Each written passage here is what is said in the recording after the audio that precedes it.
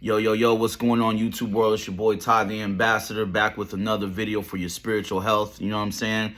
Make sure you guys like, comment, and subscribe. Me and my boy Robbie got some dope things coming up. You know, a couple interviews, a couple, analytical videos, commenting on some different things, some trailers, some classic music videos, you know what I'm saying? Here at OG Fitness Room, man, I really want to focus on, growth. It's all about growth, growing in areas of our life, you know what I'm saying? With the interviews, it's like picking at somebody's brain and kind of seeing where they're at with their life and, seeing if we can, possibly gain some things for our own, growth, our own prosperity.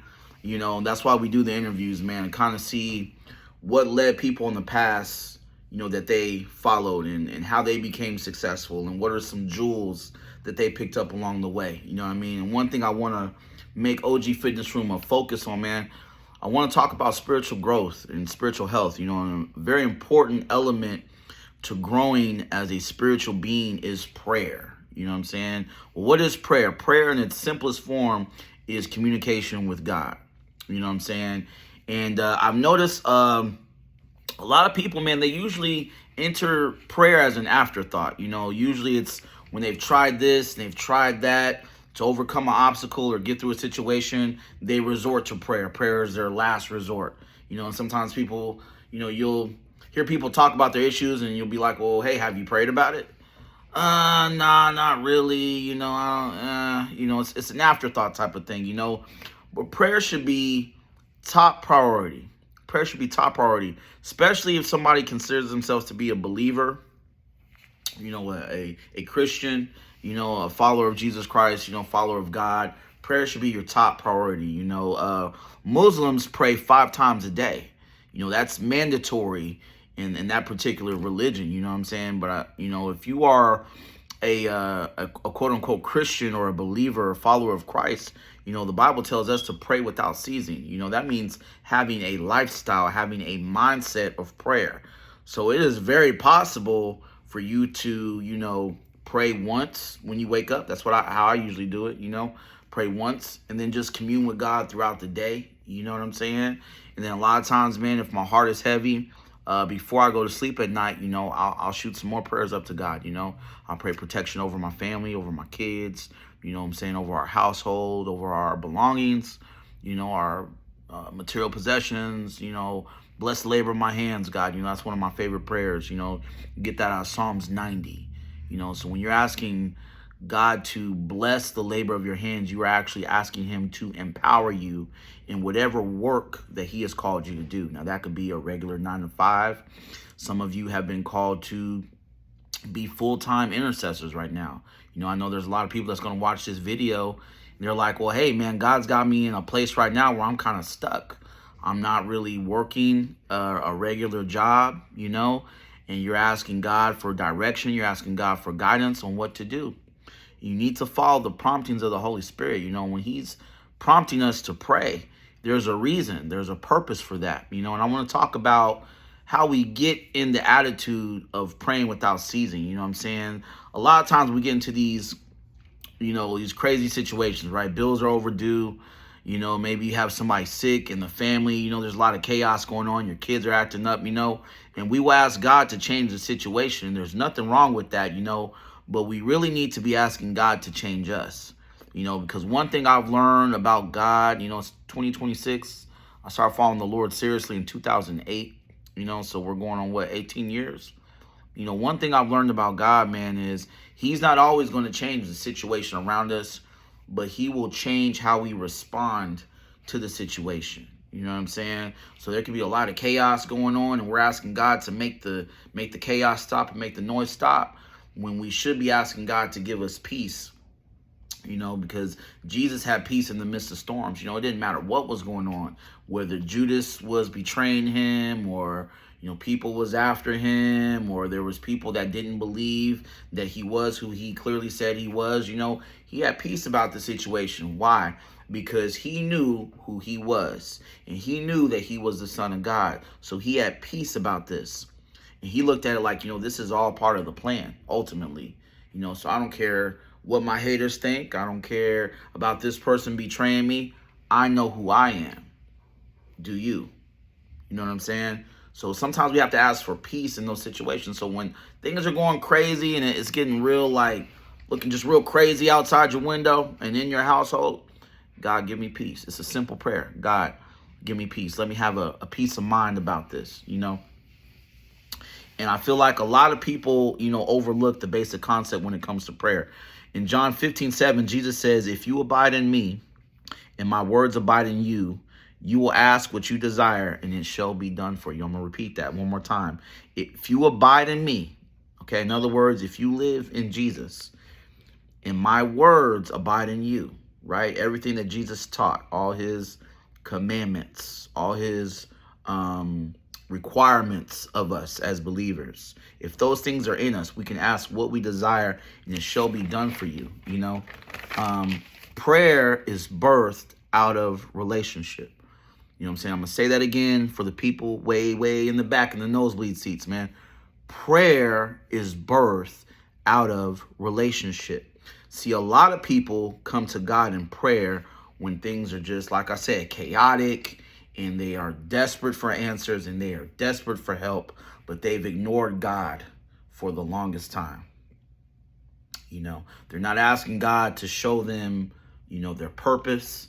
They're not asking God to take that anger or that frustration out of their heart, or to help them forgive a family member or an ex or a baby mama. Some of you women, you know, need to forgive your baby daddies, your ex-husbands, your ex-boyfriends.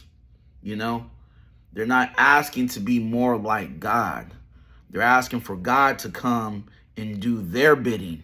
See, a lot of times we flip the word God backwards. We treat God like a dog, D-O-G instead of G-O-D. You know, we think God's supposed to do all these tricks for us. You know, come here, God. Now, make this go away. And then when he's done the trick, we're done with him. Go. Put him back in his little kennel. Put him back in his little space, and we don't talk to God until we need him again. You know what I'm saying? But the truth is, man, if you are a believer, you need God daily. You know, Jesus prayed, give us our daily bread. You know what I'm saying? The word of God is the bread of God. You know what I'm saying? That's what sustains you. You know what I'm saying? Knowing what the word says about you. You know what I mean? Psalms 37:4 says this, man, delight yourself in the Lord, and he shall give you the desires of your heart. Now, you see the connection there. Did you catch that? Delight yourself in the Lord, and he shall give you the desires of your heart. In John 15:7, Jesus says, if you abide in me and I abide in you, then you can ask whatever you shall desire, I shall do for you. And then in Psalms, it says, it kind of continues with that. You know, he will give you the desires of your heart when you delight yourself in the Lord. In other words, man, God has to be your priority. He has to be your priority. You can't just have God on the back burner and just, you know, expect him to just, at the snap of your fingers, he's supposed to pay your bills. At the snap of your fingers, he's supposed to cause all the drama in your life to subside and go away. At the snap of your fingers, he gets you out of jail. At the snap of your fingers, he gets you out of debt. At the snap of your fingers, he gives you the new job that you've been begging for. You know, God doesn't work like that, man. Every once in a while, my experience and just talking to other believers, every once in a while, God will do something just out the blue, just to show you that he's God. And just to remind you that, yes, I can do it. And yes, I am all powerful. But after he does that, the whole purpose of him answering your prayer is to draw you closer to him. A lot of us miss that, man. It's to draw you into a closer relationship with him, you know. And if you're not in relationship with the Lord, don't expect anything to be answered. Don't expect anything to be answered, man. You know, you have to be connected with God, man. That is where your answer comes from, man. When you understand that he will make you fruitful if you are obedient, Isaiah 1:19, you know, then you have a mindset of, okay, what does God want me to do? Because the reason he answers our prayers, we're in connection with him. He knows he can trust us with whatever it is that we're trying to roll out in prayer. So I'll give y'all an example. If I'm asking God for, I don't know, let's say $500, right? God, I need $500. I need $500. Please, please, please, I need $500. You know what I mean? If I've shown a pattern of mismanaging my money, If I've shown a pattern of, say, I gamble it all away, or I go to the liquor store with that money, or I waste it on drugs, right? Or I trick it off with some female, some ungrateful, venomous female, right? You think God is in the business of just burning money up? Even though, we know he's the God of 1,000 cattle, right? He created the world and all riches and glory belong to him. His supply is infinite. It's eternal. God never runs dry of supply. Let's be clear about that. But do you think God is just in the business of mismanaging your funds and your resources, his supply, just throwing it away just so you can indulge in whatever? That's not how God works, man. But if you've shown a pattern of being committed to God, if you've shown a pattern of being in relationship, talking to the Lord, getting him involved in everything you do. So when I deal with my children, I've prayed about what I'm supposed to do, how I'm supposed to act around my kids. I've taught them the right ways to do things. If I've gotten in a pattern of going to work every day and I'm asking God for guidance, even in the workplace, how do I deal with this coworker? How do I deal with this manager? Who do you want me to speak to in the break room today? Maybe there's a woman I work with who needs a word of encouragement. Maybe she needs to be uplifted. When God knows he can trust you and he knows the motives of your heart are pure and right with him, he has no problem blessing you with not only the things that you need, but just even some of the things that you desire. You know what I'm saying? If I'm asking God for a fancy sports car, right? Now, God knows our hearts, man. You know what I'm saying? But what am I going to do with that fancy sports car? Is it just to show out? Is it just to make haters mad? Or am I going to use this vehicle as transportation to do his bidding? Maybe there's some food that needs to be delivered to a homeless shelter. You know what I'm saying? Maybe he wants you to volunteer at a church and give people rides to church and back. You know what I'm saying? Maybe there's a homeless man or homeless woman who needs a ride to a shelter. I'm just saying. You know what I'm saying? What's the purpose? What's your motive? God knows when your heart is out of line with his will for your life, he can't trust you. He can't trust you with whatever it is that you're praying for. And I know some of you guys are burnt out on hearing about prayer because you feel like God never answers your prayer. Maybe you had a grandmother who was sick and she died and you was praying for her healing and she died anyway. First and foremost, condolences for your loss. You know what I'm saying? But here's my take on that, man. Death is a part of life. We're all going to die at some point in time. You know what I'm saying? And, when God takes one of our loved ones away from us, some of us have to go through some healing. We got to forgive God. There's a lot of y'all out there who not getting answered prayers because you ain't forgave God.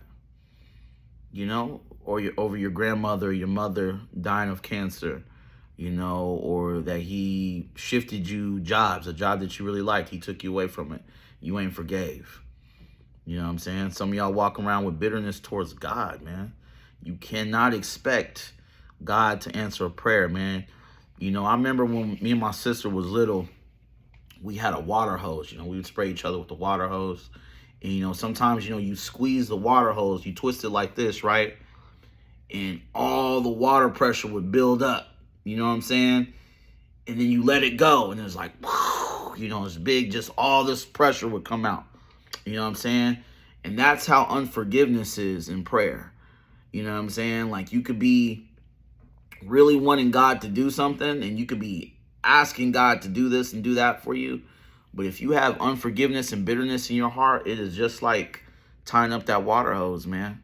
You know what I'm saying? You are stopping the power from working through you as a vessel of the Most High because you're carrying around something in you that is not of God, man. Unforgiveness is not of God, man. His mercy endures forever. Psalms 136, Jesus says to be merciful as he is merciful. You know what I'm saying? So we are asked to be forgiving beings. You know, so when we're walking around with all that stuff in our heart, man, you know, I heard a pastor say it like this, man. Shout out my boy, what's his name? David Evans. He said, unforgiveness is like swallowing poison and expecting the other person to die. You know, got to let that go. We got to loose that up. We got to break that up through prayer. God, help me to forgive this individual. Sometimes we got to say, God, help me to forgive you. You know, I know that sounds crazy, but there's a lot of people out there that are very bitter towards God. You know what I'm saying? And that's why the power of their prayers, they're not seeing it. You know, we got to let that go, man. It's all about connection. It's all about relationship with the Lord. That is the basis and the foundation of any believer's prayer life. Commitment to the Lord. Amen. Make sure y'all like, comment, and subscribe.